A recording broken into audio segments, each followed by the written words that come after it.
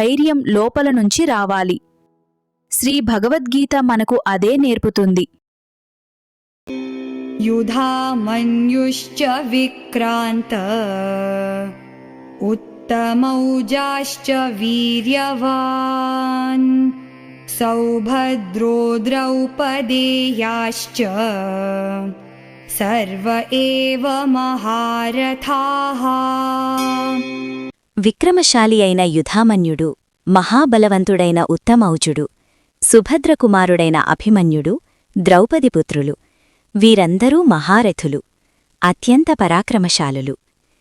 ఈ శ్లోకంలో దుర్యోధనుడు ద్రోణాచార్యునికి పాండవసేనలో ఉన్న ముఖ్య వీరుల గురించి వివరిస్తున్నాడు.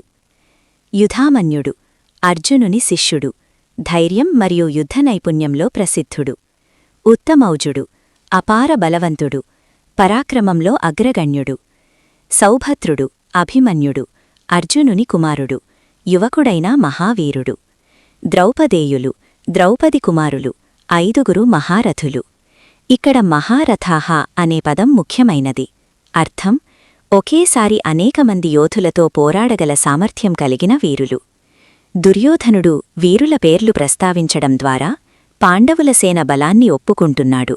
తన లోపలి భయం, ఆందోళన అనుకోకుండా బయటపడుతోంది. ఇది అర్జున విషాదానికి పూర్వరంగంగా గీతలోని మానసిక ఉద్వేగాన్ని పెంచుతుంది.